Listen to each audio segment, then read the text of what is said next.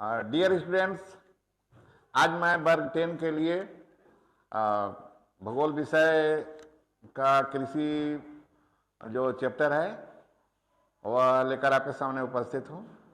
और आज इस चैप्टर में जो ऑब्जेक्टिव क्वेश्चंस हैं, इसके साथ साथ जो सब्जेक्टिव क्वेश्चन हैं, उन सभी तरह के क्वेश्चनों के बारे में हम चर्चा करेंगे आपसे, और आप ध्यान से सुनिएगा।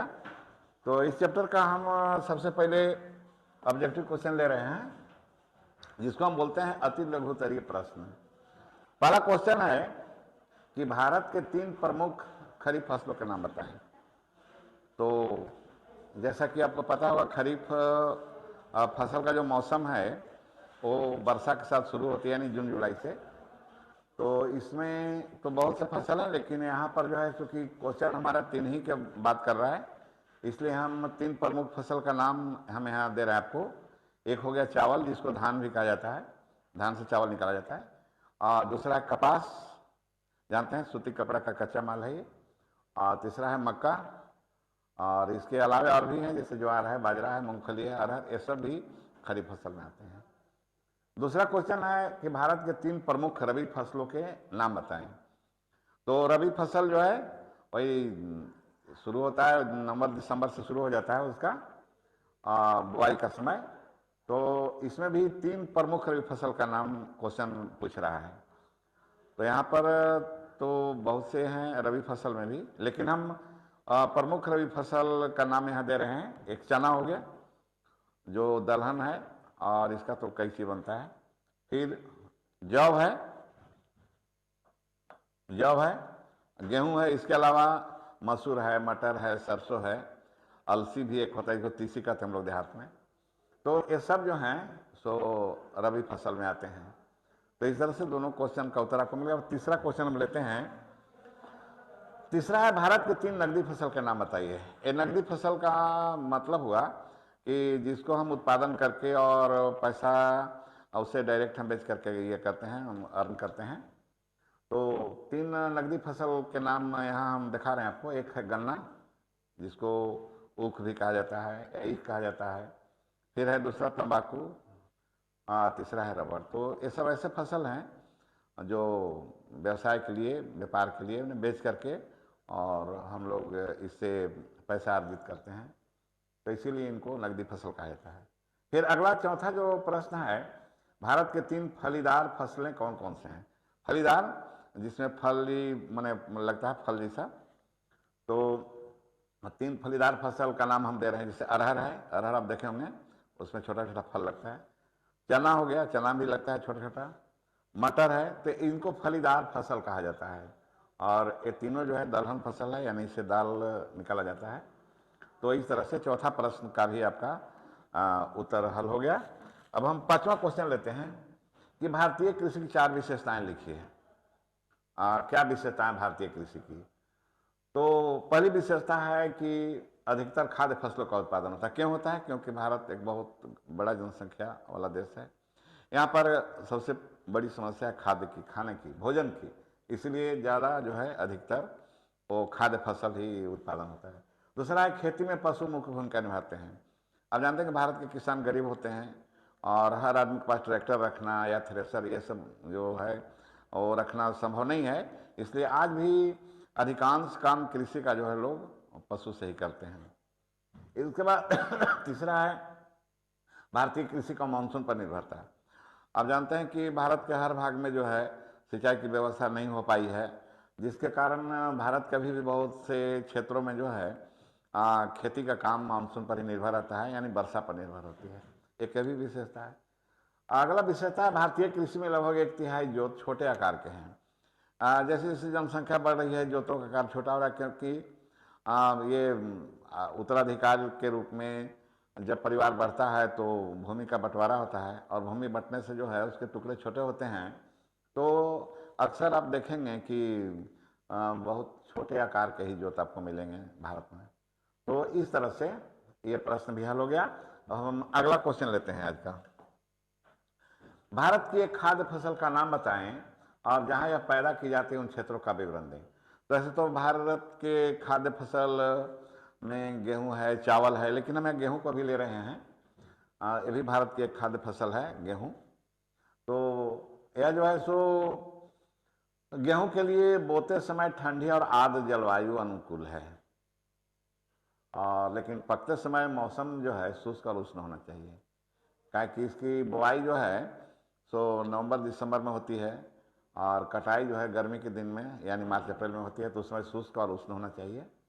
दूसरा है, गेहूं के लिए औसत वर्षा 75 से 100 सेंटीमीटर के बीच होनी चाहिए, यानी इसमें ज़्यादा पानी की ज़रूरत नहीं है, और सर्दी में हल्की वर्षा होती है, और नहीं होने पर सिंचाई भी करके इसकी अच्छी फसल ली जा सकती है। फिर है, इसके लिए दोमट मिट्टी बहुत उपयुक्त है, यानी जिसमें कुछ बालू का भी अंश हो, मिट्टी हो, बालू हो। और गेहूँ उत्पादन करने वाले प्रमुख राज्य हैं हमारे देश में। सबसे पहले उत्तर प्रदेश, इसके बाद है पंजाब, हरियाणा। आप सुने हो, पंजाब तो गेहूँ के लिए नामी है पूरे देश में। हरियाणा है, राजस्थान में भी गेहूँ पैदा होता है। वो जो गंगा नगर जैसलमेर सब जिला है, वहाँ तक अब राजस्थान में ये नहर जाती है, इंदिरा गांधी नहर, तो सतलज वाला, तो उससे अब वहाँ पर भी जो है सो कुछ जिले आबाद हो गए हैं। और बिहार में भी गेहूँ खेती होती है। तो इस तरह से इस प्रश्न का भी जवाब आपको मिल गया। अब हम अगला क्वेश्चन देखते हैं। चावल, जिसको धान भी कहता है, तो इसकी खेती के लिए उपयुक्त भौगोलिक परिस्थिति का वर्णन यहाँ आपका क्वेश्चन मांग रहा है कि इसका वर्णन कीजिए। तो चावल की खेती के लिए देखें कौन कौन भौगोलिक परिस्थिति जो है सो ज़्यादा उपयुक्त है। पहला है, चावल उत्पादन के उष्ण जलवायु, आर्द्र जलवायु होना चाहिए, है ना, उष्ण तथा आर्द्र आर्द्र आर्द्र जलवायु अनुकूल मानी जाती है, यानी गर्मी हो और उसके साथ साथ वायुमंडल में जो है आर्द्रता हो, यानी नमी हो। दूसरा है, चावल उगाने के लिए औसत वार्षिक वर्षा 100 सेंटीमीटर से अधिक और तापमान 24 डिग्री सेल्सियस से अधिक होना चाहिए, यानी थोड़ा सा ज़्यादा पानी लेने वाला पौधा है, तो इसको पानी थोड़ा ज़्यादा चाहिए। तीसरा है, चावल उत्पादन के लिए सबसे अच्छी जलोढ़ मिट्टी मानी जाती है। जलोढ़ मिट्टी जानते होंगे, जो नदी द्वारा बहा कर लाए गए अवसादों से बनता है।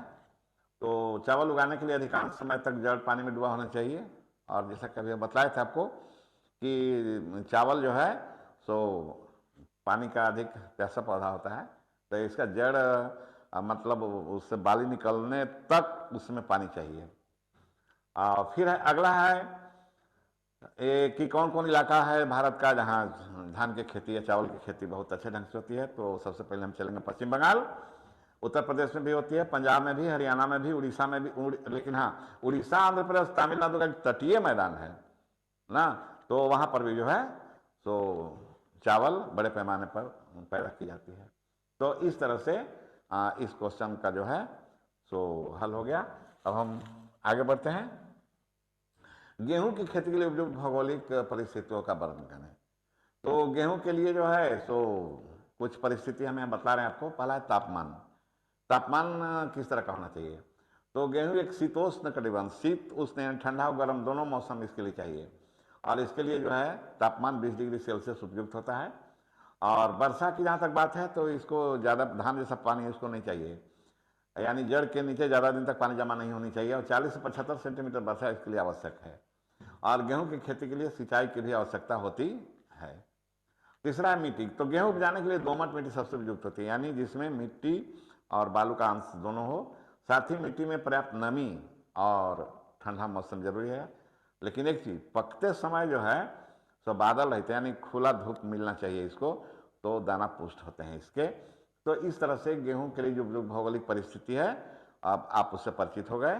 तो हम अगला क्वेश्चन लेते हैं।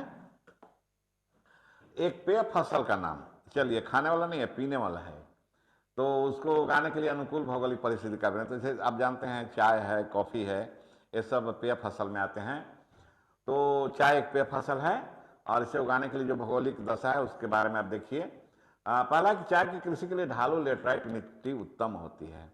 ढालू कहने का मतलब कि उसके जड़ के नीचे पानी जमा नहीं होना चाहिए, और लेटराइट मिट्टी सबसे उपयुक्त होती है। लेटराइट मिट्टी का निर्माण वैसे जगह पर होता है जहाँ अधिक वर्षा होती है, तो लेटराइट मिट्टी ज़्यादा उत्तम होती है। दूसरा कि इसके लिए कुशल और सशस्त्र श्रमिक की आवश्यकता होती है, यानी अनाड़ी आदमी उसमें नहीं काम कर सकता है, वो खराब कर देगा। वो पत्ती तोड़ने का काम जो होता है, सोया और भी कोई भी काम है, तो थोड़ा सा उसके लिए उसमें जो मजदूर होगा वो प्रशिक्षित उस क्षेत्र में होना चाहिए।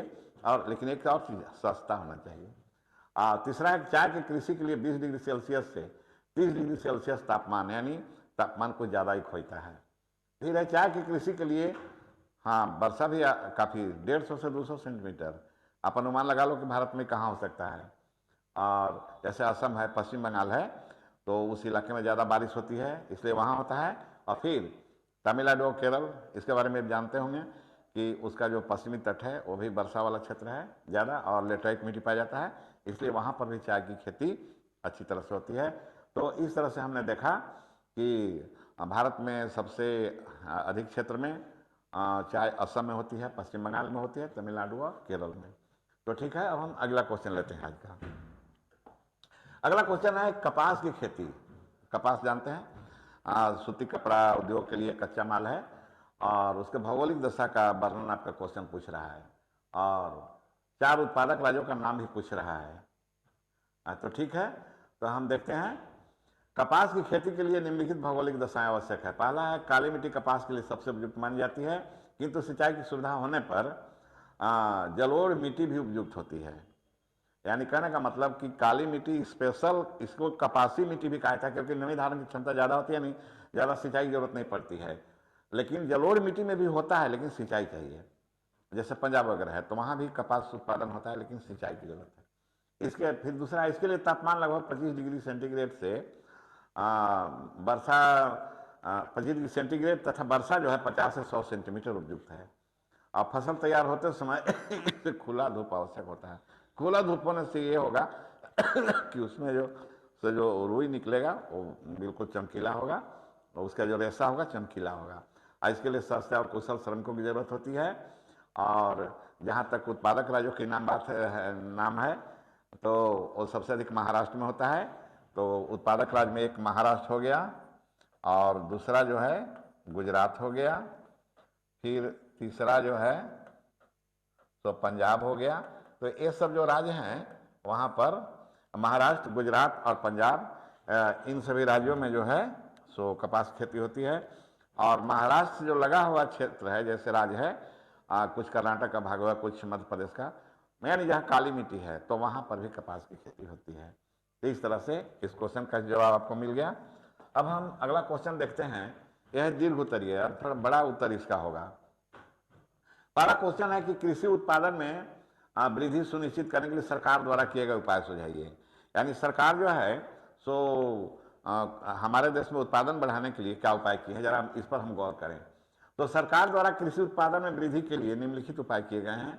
कुछ पॉइंट है यहाँ पर। जैसे पहला है जमींदारी उन्मूलन।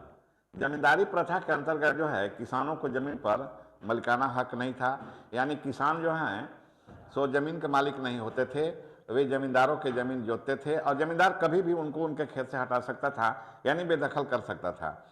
लेकिन जब हमारा देश स्वतंत्र हुआ तो उसके बाद सरकार ने इस व्यवस्था को, यानी जमींदारी प्रथा को क्या किया, समाप्त कर दिया। और उसको समाप्त करके किसानों को जो है मालिकाना हक दिया गया खेतों पर, यानी खेत के मालिक अब किसान होने लगे, और जमींदारों के शोषण से जो है सो इस तरह से किसानों को मुक्त किया गया। यानी किसान जो जमींदार के घर पर बेगार वगैरह करता था, अब उससे वो मुक्त हो गया। अब हम अगला क्वेश्चन लेते हैं। अब अगला पॉइंट है भू चकबंदी। ये भू चकबंदी क्या है? तो भू चकबंदी के पहले किसानों का जो जमीन था वो छोटे छोटे टुकड़ों में जो है सो बिखरा हुआ रहता था, लेकिन चकबंदी करके जो है उस बिखरे हुए खेत के टुकड़े को एक जगह जमा करके और किसान को दिया गया, ताकि वो उस पर सहूलियत से खेती कर सके, यानी सिंचाई की सुविधा या जोताई कोड़ाई में भी उसको सहूलियत होगी। तो इसलिए उनके ज़मीन को जो है सो एक जगह करे, इसी को चकबंदी कहा गया। फिर तीसरा सिंचाई की व्यवस्था। कृषि उत्पादन में वृद्धि के सरकार ने क्या की, नहरों की व्यवस्था की। बड़ी बड़ी नदियों पर बांध बनाए गए, छोटे नदियों पर भी बनाए गए, और उससे नहरें निकाल करके किसान का जहाँ खेत था वहाँ तक पानी पहुँचाया गया। ग्रामीण क्षेत्रों में खासकर जहाँ नहर की व्यवस्था नहीं हो पाई वहाँ कुआं की व्यवस्था किया गया। नलकूप जिसको ट्यूबवेल कहते हैं उसकी व्यवस्था की गई, तालाब वगैरह बनाए गए। और फिर एक बहुत बड़ा काम ये हुआ कि विद्युतीकरण, यानी गांव में जो है सो बिजली की व्यवस्था भी की गई, ताकि लोग सिंचाई में जो है सो उनको सहूलियत मिल सके। इस तरह से अब अगला जो पॉइंट है डी, उन्नत बीजों के प्रयोग को प्रोत्साहन दिया गया। तो उन्नत बीज कहने का मतलब उपचारित बीज, अब वो जो है सो सरकार कम कीमत पर किसानों को उपलब्ध कराती है, जिससे उनका उपज अधिक बढ़ सके। फिर है आधुनिक उपकरणों का प्रयोग। किसानों की उपज बढ़ाने के लिए सरकार ने एक काम और किया है कि आधुनिक उपकरण जैसे ट्रैक्टर हो गया, थ्रेसर हो गया, हार्वेस्टर वगैरह हो गया, तो ये सब उपलब्ध कराई है। और इससे हुआ क्या है कि उपज तो ज़्यादा होता ही है, उसके साथ साथ समय की भी बचत होती है। तो ऐसा करके सरकार ने जो है किसानों के हक में बहुत अच्छा काम किया है और उत्पादन भी उससे बढ़ा है। फिर हम अगला क्वेश्चन लेते हैं आज का। सरकार द्वारा किसानों के हित में किए गए संस्थागत सुधार कार्यक्रम की सूची बनाइए। यानी सरकार और क्या क्या व्यवस्था की गई है, तो देखिएगा सरकार द्वारा किए गए संस्थागत सुधार, कुछ पॉइंट है यहाँ पर। पहला, सरकार द्वारा भूमि हदबंदी के माध्यम से बड़े जमींदारों से जमीन लेकर भूमिहीन किसानों को भी बांटी गई। यह हदबंदी क्या होता है? तो बड़े बड़े जमींदार जो थे, जिनके पास बहुत जमीन था, तो उनकी एक सीमा निर्धारित कर दी गई कि आपको इतना जमीन रखना होगा, इससे जो ज्यादा जमीन है सरकार ले लेगी, और वही सरकार उनसे जमीन लेकर के और गरीबों में बांटी। तो वो जो एक सीमा निर्धारित की गई उसको हदबंदी कहा गया, और उनसे जमीन लेकर के गरीबों में बांटी गई जो भूमिहीन थे। दूसरा, चकबंदी के द्वारा किसानों के बिखरे हुए खेत के टुकड़े को एक जगह कर दी गई। और चकबंदी क्या है? तो किसान को जो कम जमीन थे, कुछ यहाँ कुछ वहाँ कुछ बिखरे हुए, तो सरकार व्यवस्था की चकबंदी के द्वारा कि उन सभी खेत को एक जगह करके, और यानी उसके बदले अदला बदली करके उनको एक एक जगह जमीन दिया गया। तो इससे बड़ी सहूलियत हुई लोग को। फिर तीसरा काम सरकार ने किया कि सिंचाई के लिए सरकार जो है सो नहरें बनवाई, कुएं बनवाए, नलकूप वगैरह की व्यवस्था किया, बिजली की व्यवस्था की, ताकि जो है सो देश में उपज बढ़े और किसानों को सहूलियत हो। अगला पॉइंट है जो सुधार में, वह किसानों के लिए सरकार कम मूल्य पर उन्नत बीज, उर्वरक और विद्युत आदि की सुविधा प्रदान करती है। सरकार जो है गरीब किसानों को सहायता के लिए भी काम करती है। जैसे उनको उन्नत बीज कम कीमत पर देती है बाजार की अपेक्षा, खाद कम कीमत पर जो है सो देती है, और बिजली भी जो है सो कम कीमत पर देती है। तो इस तरह से करके और किसानों के हक में बहुत ही जो है सो एक भलाई का काम किया गया। फिर है, किसानों को कम ब्याज पर ऋण की सुविधा उपलब्ध कराने के लिए ग्रामीण बैंक की स्थापना की गई। ग्रामीण बैंक जो है ग्रामीण क्षेत्रों में स्थापित किए गए हैं, और उनका काम है कि जो किसान हैं, जिनको खेती के समय उनके पास पैसा नहीं होता है बीज खरीदने के लिए, खाद खरीदने के लिए, तो वह किसान जो है सो बैंक से कम ब्याज दर पर ऋण लेकर के और अपना काम करता है। और उससे होता क्या है कि महाजनों के चंगुल से बच जाता है, जो पहले भारी ब्याज दर पर कर्ज लिया करता था, उससे उसको मुक्ति हुई। इसके बाद है, प्राकृतिक आपदाओं को देखते हुए सरकार द्वारा फसल बीमा का प्रावधान किया गया है। अगर फसल किसी प्राकृतिक आपदा कारण मारी जाती है, जैसे ओले हो गए या अनावृष्टि हो गया, अतिवृष्टि हो गया, बाढ़ हो गया, तो वैसे स्थिति में भी सरकार जो है सो फसल नुकसान के लिए कुछ मुआवजा देती है, जिसको फसल बीमा के रूप में हम जानते हैं। फिर है, किसानों के लाभ के लिए किसान क्रेडिट कार्ड शुरू किया गया है, यानी KCC। उसमें जो सरकार कम ब्याज पर लोन देती है, और उसको खेती का मौसम में जो है सो उसको अदला बदली करते रहना पड़ता है, तो उससे भी किसानों को बड़ी सहूलियत हुई है। फिर है, किसानों को उपज का उचित मूल्य मिले, इसके लिए सरकार न्यूनतम सहायता मूल्य घोषित करती है। और सरकार एक बात और ये अच्छी करती है कि जब किसान अपना फसल पैदा करता है, तो बहुत तरह के जो बिचौलिए हैं वे किसान से सस्ता रेट में अनाज खरीद लेते थे। तो उससे बचने के लिए सरकार जो है अब मूल्य निर्धारित करती है कि उससे कम मूल्य पर ये नहीं बेचना है फसल। तो इस तरह से इसको समर्थन मूल्य नाम दिया गया। और सरकार घोषणा करती है, जैसे चावल का ये है मौसम, तो चावल का क्या रेट होगा इस साल वो सरकार निर्धारित करेगी, गेहूं का क्या रेट होगा सरकार निर्धारित करेगी। इससे क्या हुआ कि किसानों को जो है सो जो बिचौलिया लोग जो उस नुकसान पहुंचाते थे, उससे उनको मुक्ति मिली। फिर हम अगला क्वेश्चन देखते हैं, भारतीय कृषि पर वैश्वीकरण का क्या प्रभाव है, बताएं। वैश्वीकरण का नाम सुने होंगे, अंग्रेजी में कहते हैं ग्लोबलाइजेशन। तो ग्लोबलाइजेशन का मतलब हुआ कि अपने देश की जो अर्थव्यवस्था है उसको दुनिया के विभिन्न देशों के साथ तालमेल बैठाया गया, यानी जोड़ा गया। और इसके द्वारा हमारे देश में बाहर की कंपनियां आती है, बाहर के व्यापारी आते हैं, बाहर के व्यवसायी आते हैं, और हमारे देश के लोग भी जो है व्यवसायी के रूप में, व्यापारी के रूप में, उद्योगपति के रूप में बाहर के देशों में जाकर के उद्योग लगाते हैं, धंधा करते हैं। तो ये है, इसको कहा गया वैश्वीकरण। तो वैश्वीकरण होने से भारत पर क्या प्रभाव पड़ेगा, हमने देखा। पहला प्रभाव है कि भारत की जो कृषि थी पहले आत्मनिर्भर कृषि के रूप में जानी जाती थी, यानी उस समय केवल किसी तरह से आदमी खाने के लिए अन्न उपजाते थे और ज़्यादा बचत नहीं था उससे। लेकिन अब जो है व्यापारिक कृषि के स्तर तक पहुंच चुके, चूँकि अब जो बाहर के जो कंपनियां आई है, बाहर के जो व्यवसायी लोग आते हैं, तो यहाँ से उन फसलों को बाहर ले जाकर बेचते हैं जो उनके यहाँ नहीं होता है। तो इस तरह से अब व्यापारिक कृषि भी अब हमारे यहाँ शुरू हो गया। दूसरा है, कृषि के आधुनिकीकरण से उत्पादन बढ़ी है, यानी कृषि के क्षेत्र में बहुत सुधार हुआ। अब जैसे आधुनिक औजार बने, बड़े पैमाने पर हमारे देश में उर्वरक के कारखाने लगाए गए, तो इस तरह से कीटनाशक दवाइयों का जो है सो ये उत्पादन शुरू हुआ। तो ऐसा करके जो है हमारे यहाँ ये बढ़ाया गया उत्पादन। तो अब इतना होने लगा कि हम अपनी व्यवस्था करके उसको हम निर्यात भी कर सकते हैं। फिर है नकदी एवं कीमती फसलों की खेती में वृद्धि हुई है। पहले हम खाद्यान्न ज़्यादा उगाते थे, यानी खाने वाले फसल ज़्यादा उगाते थे, लेकिन अब हम नकदी और कीमती फसल भी उगा रहे हैं। और इसका जो है सो वैश्वीकरण का कारण है। क्यों? क्योंकि अब ये फसल बाहर जाकर बिकता है। फिर है प्रौद्योगिकी में परिवर्तन, बाजार सुविधा और निवेश में वृद्धि हुई है। और वैश्वीकरण से क्या हुआ कि हमारे खेती करने के नए नए टेक्नोलॉजी विकसित हुए। यहाँ बाहर के जो कंपनी अपने अपने नए टेक्नोलॉजी लाए यहाँ नए औजार बनाने के लिए, उससे भी यहाँ के जो कृषि था उससे भी प्रभावित हुआ। बाजार में सुविधा बढ़ी किसानों के लिए बेचने के लिए अपना फसल को। निवेश में वृद्धि हुई और इसी कारण जो है सो किसानों ने अधिक पूंजी अब निवेश करने लगे हैं कृषि में, ताकि ज़्यादा उपज हो और उसको बेच करके अधिक लाभ कमाएं। फिर अगला इंजीनियरिंग द्वारा फसलों के उत्पादन में वृद्धि हुई है। यानी जब हमारे देश में कृषि के आधुनिक औजार बने और ये जो उर्वरक के कारखाने लगे, कीटनाशक दवाइयाँ बनी, उपचारित बीज का ये हुआ, तो इस तरह से इंजीनियरिंग द्वारा भी फसलों के उत्पादन में वृद्धि हुई है। और इंजीनियरिंग का जो टेक्नोलॉजी है, विदेशी लोग जो हमारे देश में आते हैं कंपनी के रूप में, व्यवसायिक के रूप में, तो उन लोगों ने अपने साथ कई तरह की टेक्नोलॉजी ला करके और यहाँ नए नए औजार जो है सो उपलब्ध कराए हैं। तो इस तरह से अब जो है सो एक और क्वेश्चन है अगला, वो है भारत में खाद्य सुरक्षा का विवरण दें। खाद्य सुरक्षा मतलब हर आदमी को भोजन मिले, तो सभी लोगों के लिए भोजन की उपलब्धता से प्राप्त करने के सामर्थ्य को खाद्य सुरक्षा के नाम से जाना जाता है। इसको याद कर लेना। तो दूसरी बात है, खाद्य सुरक्षा के 3 पहलू है। पहला है कि खाद्य पदार्थों की उपलब्धता, कि उसको पहले उपलब्ध करा जाए, यानी खेती के द्वारा उगाया जाए उसको। दूसरा है खाद्य पदार्थों की सुलभता, यानी आसानी से खाने वाले को सुलभ हो जाए और लोगों में खाद्य पदार्थ को प्राप्त करने का समर्थ, और जो खाने वाले लोग हैं उनके अंदर वे सक्षम हो कि वे उसको खरीद कर खा सकें।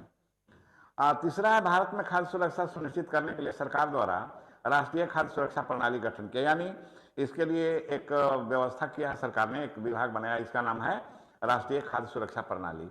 इसमें क्या है, इसके 2 मुख्य उदाहरण है। इसके द्वारा क्या होता है, पहला है बफर स्टॉक और दूसरा है सार्वजनिक वितरण प्रणाली। बफर स्टॉक मतलब होता है क्या कि सरकार जो है सो किसानों से समर्थन मूल्य पर गेहूं चावल खरीदती है, स्टॉक करती है, और फिर जन वितरण प्रणाली के द्वारा गांव में, शहरों में जो है सो उन लोगों तक जो अनाज नहीं उपलब्ध करा पाते थे अपने को भोजन के लिए, उन तक वो पहुँचाने का काम करते हैं। यानी सार्वजनिक वितरण प्रणाली उसको कहा जाता है, और उसके द्वारा लोगों तक पहुँचाया जाता है। और इसका उद्देश्य है कि कम कीमत पर यानी लोगों को जो है सो खाद्यान्न उपलब्ध हो जाए। फिर है भारतीय खाद्य निगम किसानों से समर्थन पर चावल और गेहूं प्राप्त करती है। इनका भंडारण कर सार्वजनिक वितरण प्रणाली के माध्यम से इसका वितरण सुनिश्चित किया जाता है। सरकार क्या करती है कि जो समर्थन मूल्य होता है उस साल का, और चाहे गेहूं हो या चावल हो, उसको खरीदती है किसानों से।